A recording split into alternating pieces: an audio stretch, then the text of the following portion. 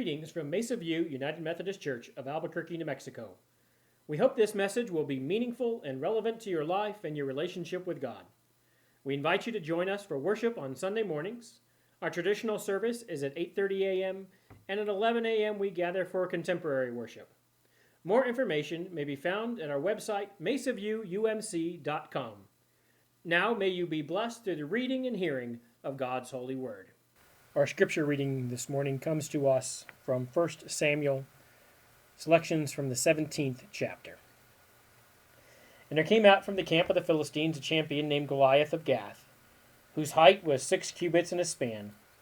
He had a helmet of bronze on his head, and he was armed with a coat of mail. The weight of the coat was 5,000 shekels of bronze. He had greaves of bronze on his legs, and a javelin of bronze slung between his shoulders. The shaft of his spear was like a weaver's beam, and his spear's head weighed 600 shekels of iron, and his shield-bearer went before him. He stood and shouted to the ranks of Israel, "Why have you come out to draw up for battle? Am I not a Philistine, and are you not servants of Saul? Choose a man for yourselves, and let him come down to me. If he is able to fight with me and kill me, then we will be your servants. But if I prevail against him and kill him, then you shall be our servants and serve us." And the Philistine said, "Today I defy the ranks of Israel. Give me a man that we may fight together." When Saul and all Israel heard these words of the Philistine, they were dismayed and greatly afraid. Now Saul and they and all the men of Israel were in the valley of Elah, fighting with the Philistines. David rose early in the morning, left the sheep with the keeper, took the provisions, and went as Jesse had commanded him. He came to the encampment as the army was going forth to the battle line, shouting the war cry. Israel and the Philistines drew up for battle, army against army. David left the things in charge of the keeper of the baggage, ran to the ranks, and went and greeted his brothers. As he talked with them, the champion, the Philistine of Gath, Goliath by name, came out of the ranks of the Philistines and spoke the same words as before. And David heard him. David said to Saul, "Let no one's heart fail. Because of him your servant will go and fight with this Philistine." Saul said to David, "You are not able to go against this Philistine to fight with him, for you are just a boy, and he has been a warrior from his youth." But David said to Saul, "Your servant used to keep sheep for his father. And whenever a lion or a bear came and took a lamb from the flock, I went after and struck it down, rescuing the lamb from its mouth, and if it turned against me, I would catch it by the jaw, strike it down, and kill it. Your servant has killed both lions and bears, and this uncircumcised Philistine shall be like one of them, since he has defied the armies of the living God."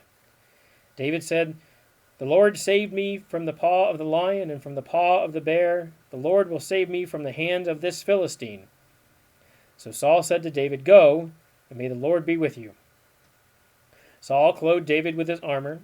He put a bronze helmet on his head, then clothed him with a coat of mail. David strapped Saul's sword over the armor, and he tried in vain to walk, for he was not used to them. Then David said to Saul, "I cannot walk with these, for I am not used to them." So David removed them.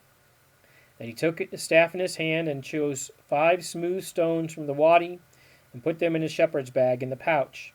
His sling was in his hand, and he drew near to the Philistine. The Philistine came on and drew near to David with a shield-bearer in front of him. When the Philistine looked and saw David, he disdained him, for he was only a youth, ruddy and handsome in appearance. The Philistine said to David, "Am I a dog that you come to me with sticks?" And the Philistine cursed David by his gods. The Philistine said to David, "Come to me, and I will give your flesh to the birds of the air and to the wild animals of the field." But David said to the Philistine, "You come to me with sword and spear and javelin, but I come to you in the name of the Lord of hosts, the God of the armies of Israel, whom you have defied. This very day the Lord will deliver you into my hand, and I will strike you down and cut off your head. And I will give the dead bodies of the Philistine army this very day to the birds of the air and to the wild animals of the earth, so that all the earth may know that there is a God in Israel, and that all this assembly may know that the Lord does not save by sword and spear, for the battle is the Lord's, and he will give you into our hand." When the Philistine drew near to meet David, David ran quickly toward the battle line to meet the Philistine. David put his hand in his bag, took out a stone, slung it, and struck the Philistine on his forehead. The stone sank into his forehead, and he fell face down on the ground. This is the word of God for you and me, the people of God. Thanks be to God. I dislike weeks like this past one. First, there was that strange story of the NAACP in Spokane, Washington. And I know most of you were just sort of flabbergasted to know that there's an NAACP office in Spokane, Washington. Then there was the announcement by Pizza Hut that they were releasing a pizza that had 21 mini hot dogs cooked into the crust. Because exactly what I think when I finish a pizza is I could really use a hot dog. And finally, Donald Trump declared his candidacy for the presidency, and all the comedians in the country rejoiced. In a normal week, that might be enough. And unfortunately, all of those stories seem to typify portions of American culture. But then there was that moment on Thursday morning when we woke up and we heard about the shooting at Emmanuel AME Church in Charleston, which is also sadly a part of American culture. And as a pastor, I know that I have to address these tragedies. But as a preacher, I'm never quite sure what to do. Do I just go ahead with what I was going to say this morning and deal with the issue somewhere else in worship? Or do I scrap my prepared sermon and start over again? I had a good sermon on the story of David and Goliath that we just heard, and I was going to try and wrap it up with a nice little bow, matching it for Father's Day. And while I wasn't really struggling writing that sermon, it wasn't really coming together for me either. And so my wife, Linda, asked if perhaps I needed to stop thinking about that and instead deal with the shootings. And yet the story of David and Goliath has a lot to say to us in the shootings from this week. Because there are two things I think that are easily overlooked in that passage we just heard. But let me first start by saying, probably the most important thing is that I do not believe that God caused that shooting, that God did not allow that to happen as part of some greater plan that he has going on in the world. Because if that's the case, then God does not side with the victims. God sides with those who carried it out. But what we see in Scripture time and time again is that God is on the sides of the victims, that he's on the side of those who are the least, the last, and the lost.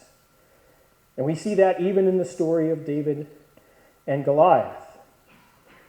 This passage can be seen as a story of violence, and yet it's also a story against violence. Goliath calls to the Israelites for one person to come out and fight him. This is known as single combat, and the purpose was to try and eliminate much of the death and destruction that comes from war by just having two people fight. Sometimes the people battling would be the best soldiers from each army. That appears to be who Goliath is.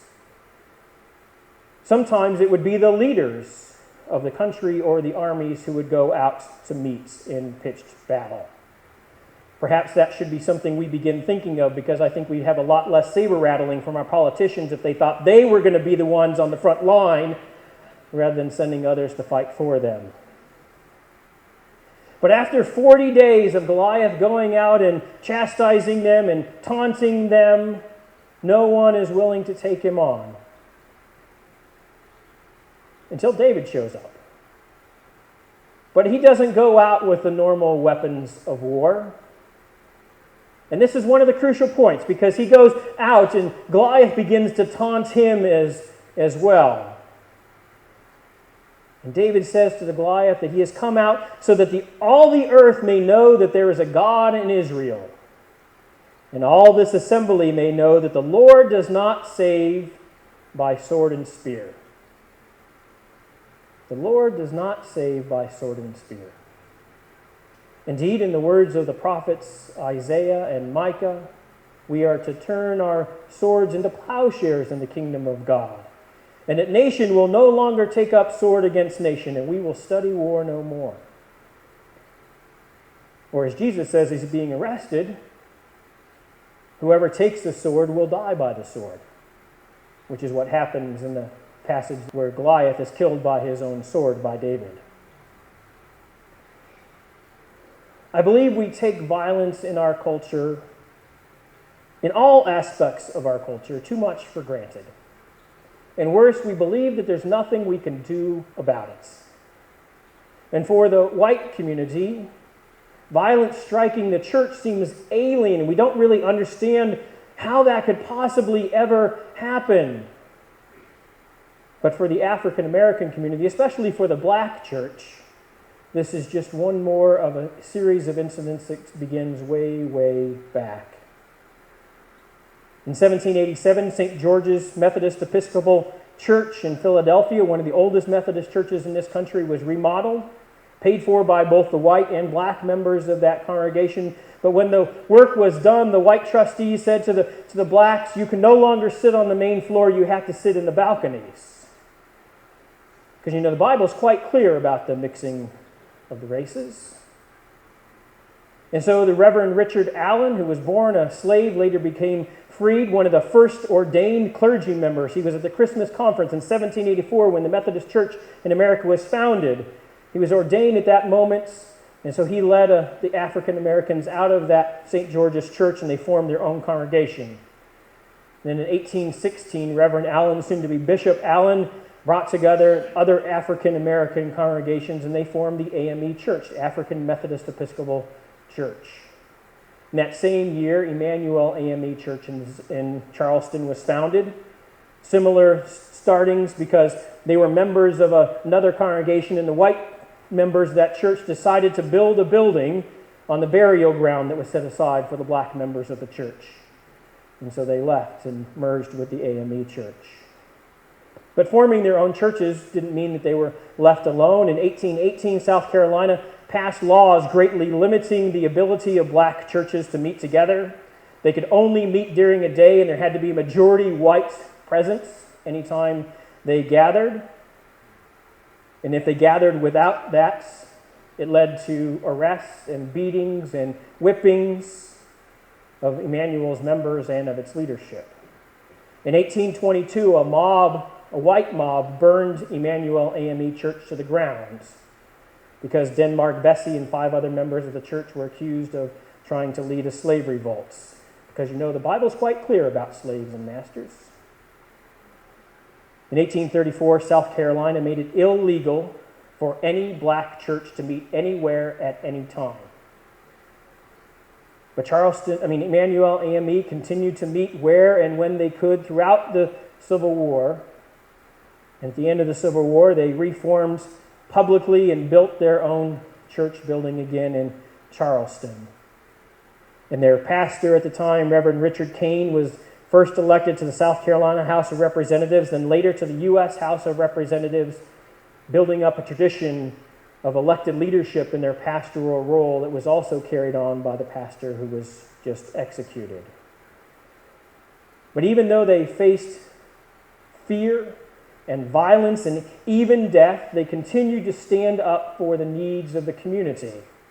In 1969, some 900 members of the church, including their pastor, were arrested for facing off against the South Carolina National Guard to support a strike as part of the civil rights movement. So Wednesday was not a new event for Emmanuel AME Church or for its members or really for the black church. Instead, it was a continuation of centuries of persecutions and violence carried out simply because of the color of their skin. But as those who were doing the persecution and the killing would tell you, the Bible's quite clear on this. God is on our side. And it's not just Emmanuel AME. There's lots of incidents that we could point to. There was the bombing in 1963 of the 16th Street Baptist Church in Birmingham. 4 young girls killed, 22 other injured. There was 30 churches burned to the ground, black churches burned to the ground by arsonists in the 1990s.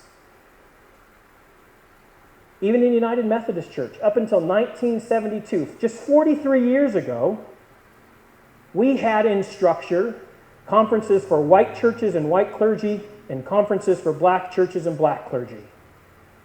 Because the Bible is quite clear, and we could never let white churches violate their scriptural understanding, knowing that they would never accept a black minister in their church. And it might be shocking for us, but it's not shocking for the African American community, or the Hispanic community, or the Native American community. This is common life. And sometimes the attacks are more subtle than direct violence. In our summary of annual conference a few weeks ago, John Foley talked about some of the sermons that we heard from the Reverend Dr. Kambamba Kibobo, who was the first woman to be ordained in the church in Congo, one of the first African American women to be granted the degree, a PhD in Old Testament studies. And she told us in that first message that John talked about that we needed to understand from that first chapter of Genesis that we are created in the image of God. That there's a spark of God that's in us and part of creation, and we are created in the image of God. And she said that we needed to understand what that meant and to live that out as part of our lives. But part of understanding that we are created in the image of God is to understand that everyone else is therefore created in the image of God as well. And we need to see them and treat them as such. And that means, she says, that we need to decolonize our theology. She said we need to decolonize our theology because growing up in the Congo, the missionaries, white missionaries, United Methodist missionaries would come in and they would talk about God, and they would show them pictures, and it would be a white old guy. And they would show them pictures of Jesus, and it would be a white guy with blue eyes. And then they'd show them pictures of Satan. Guess what color Satan was? That's right, he was black. That's not too long ago. When the Bible miniseries came out in 2013, what was the race of the actor who played Satan in that? He was black. We need to decolonize our theology, Dr. Kabobo says. Because that's the reality we're putting forth, and we're reaping everything that goes along with that. Of God being white and evil being black.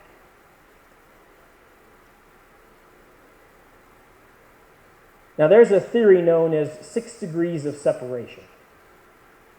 And it says that everyone in the world is connected to anyone else in the world in 6 or fewer steps.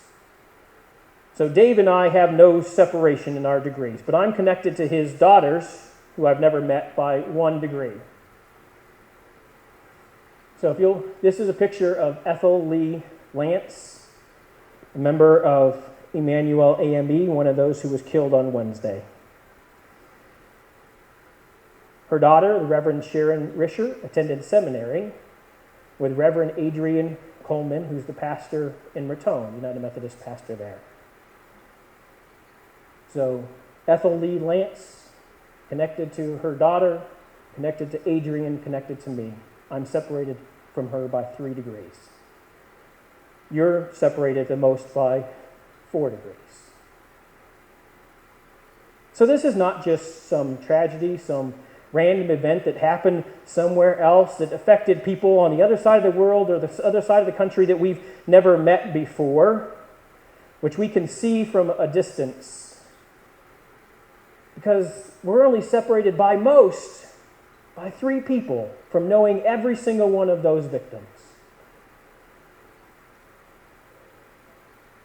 So I think to me that means that this is our tragedy, that this is our community, that this is our neighborhood, that's our church. That these are not strangers, they're our neighbors. You know, those people that Jesus said that we're to love. Love the Lord your God and love your neighbor as yourself. And I don't know what the answers are to solve these problems. But I do wonder, how long can we keep going on and continuing to let them happen while simultaneously saying there's nothing we can do about them? Because here's the truth, if we don't do something, they'll keep happening. Maybe today, maybe tomorrow, maybe next week, maybe a month, maybe it'll be a full year from now. But they'll happen again. But what I also know is that everything we've tried to do so far doesn't seem to be effective. And so perhaps we need to look at this a little differently, to see this from a different angle, to approach it somehow differently. Because that's what David does when he goes to battle Goliath, to battle his giant. David is the youngest of 8 sons, and he's a young boy when he approaches Goliath. He holds no importance in he's so far down his family line, he gets nothing. He's a nobody, besides being a young boy.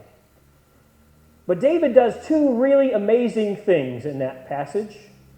The first is that he's really the only one who talks about God at all.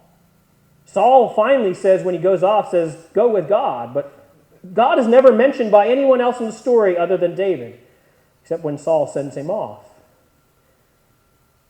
And the second is that he rejects the standard idea of what it is that he has to do and who he has to be to fight Goliath. Saul tries to talk him out of this. First says, you're too young. Goliath's been doing this since he was a young boy. He's a veteran soldier. You don't stand a chance. And so David tells him this story of what it's like to be a shepherd and fighting these wild animals in order to protect his sheep. But notice what David actually says in that passage. He does not say, I'm this great, amazing warrior, and I've beaten lions and tigers and bears, oh my, and it's all on me. What David says, it's God who has delivered me from the paw of the lion, and it's God who's delivered me from the paw of the bear, and it's God who will deliver me from the hand of Goliath. It's a nice wordplay taking place there. But Saul still doesn't get it, and so he puts his armor on David. And imagine a little boy dressing up in his father's suit, and it just all over him, because it's just too big. And David says, I can't even walk in this. But worse is if he had tried to go out and fight Goliath in that armor, if he had gone out following all the rules of the day, if he had gone to fight Goliath as Goliath expected him to fight, what would have happened? He'd have been killed, and probably pretty quickly. The Lord does not save by the sword and the spear, David says. And so instead, he does what no one, especially Goliath, expects him to do. And because of that, he wins. When we battle giants, when we take on those things that seem too big for us, too big to even contemplate how we could ever even begin to tackle and take it on, if we try and battle the way everyone thinks we're supposed to, if we battle the way the giant wants us to, we won't win. But when we look for different ways, for different ideas, for different means to tackle that issue, then we stand a fighting chance.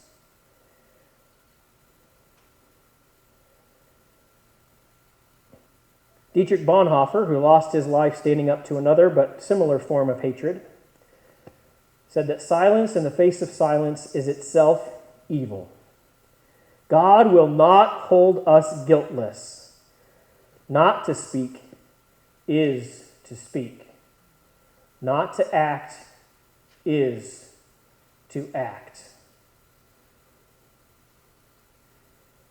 So can we continue to remain silent and choose to ignore these events as they happen time and time again? And if not, what are we going to do? How are we going to respond? As I said, I don't know what the answers are. But here is what I do know and what I propose. I think the first step is to begin to treat every one of these tragedies as if they didn't happen to some strangers, so we can be upset about it for a moment, but then return back to our regularly scheduled programs. but instead to treat them as if they happen to our neighbors or our friends or our family, people we care and love. Because Jesus says we're to love our neighbors as ourselves. And that we will be known as his disciples, Jesus says, by the love that we show to the world. Second, I think we need to stop drawing dividing lines. We especially need to stop using the Bible to use those dividing lines to say who is in and who is out, who is loved and who is hated. Indeed, we need to see each and every one of us as created in the image of God, as a beloved child of God. Not just us, everybody is created in the image of God as a beloved child of God. To see them as brothers and sisters. And to stop worrying about the splinter in their eye while we ignore the log that's in our own. We need to start seeing every act of violence not as something that's done to somebody else, something that doesn't concern us or apply to us, but to see every act of violence as an act of violence done to us. Let's stop remaining silent and stand up and say, this is not acceptable. We're better than this. And since this is Father's Day, I think the next step really starts with us, guys. Because the truth is, the vast majority of violent crimes are committed by men. And often it's done so they can prove themselves as men. The vast majority of victims of violent crime are also men. So it's time for us as men to begin to work to end violence. And I think some of that begins with a conversation about what it means to be a man in the 21st century. We're not hunter-gatherers anymore where we can just beat each other up. We've moved way past that. So what does it mean to be a man here and now? How do we live that out? But it's more than just the men who have to try and tackle this. It's all of us. Because all too often we dismiss comments that are derogatory and destructive of others when they're said by people that we normally like, people we agree with. Well, we're quick to jump on those that we disagree with, those that we don't like when they say nearly exactly the same thing.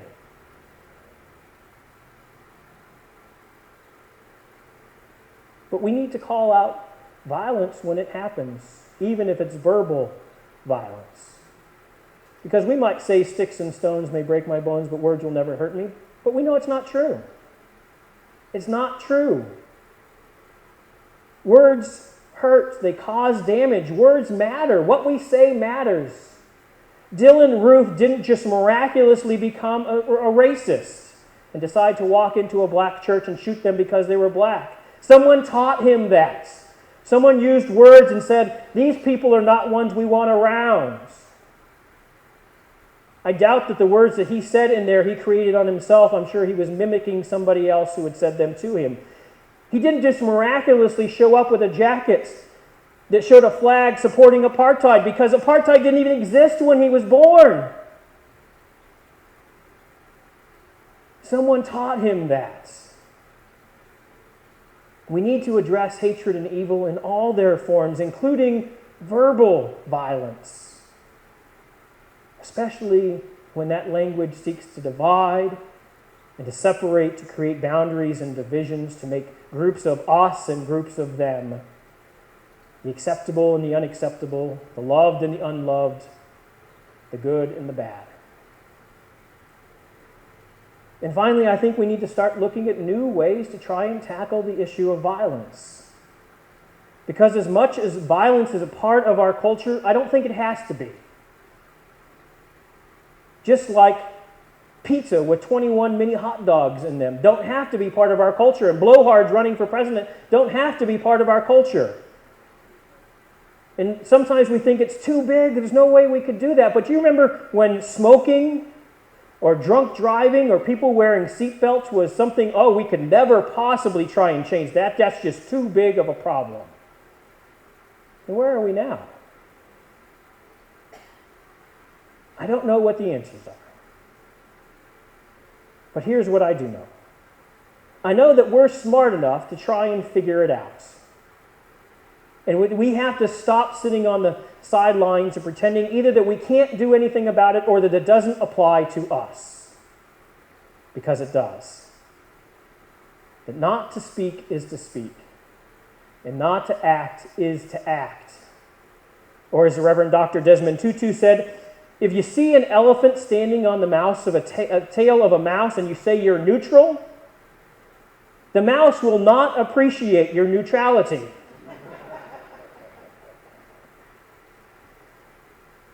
These victims are not strangers. They're our neighbors. They're fathers and mothers, sons and daughters, grandfathers and grandmothers. They're our brothers and sisters. And we need to stand up and say enough is enough. And here's also what I know. We cannot overcome evil with evil, or hatred with hatred, or violence with violence. It will never work. Because we're called to love our neighbor as ourselves, to turn our swords into plowshares. And I know that these events pain God. And that just as God was with David when he went out to battle his giants, so too God will be with us as we seek to do the impossible and stand up to our giants and say enough is enough. Because God can lead us to victory. Because love is the most powerful force. Amen.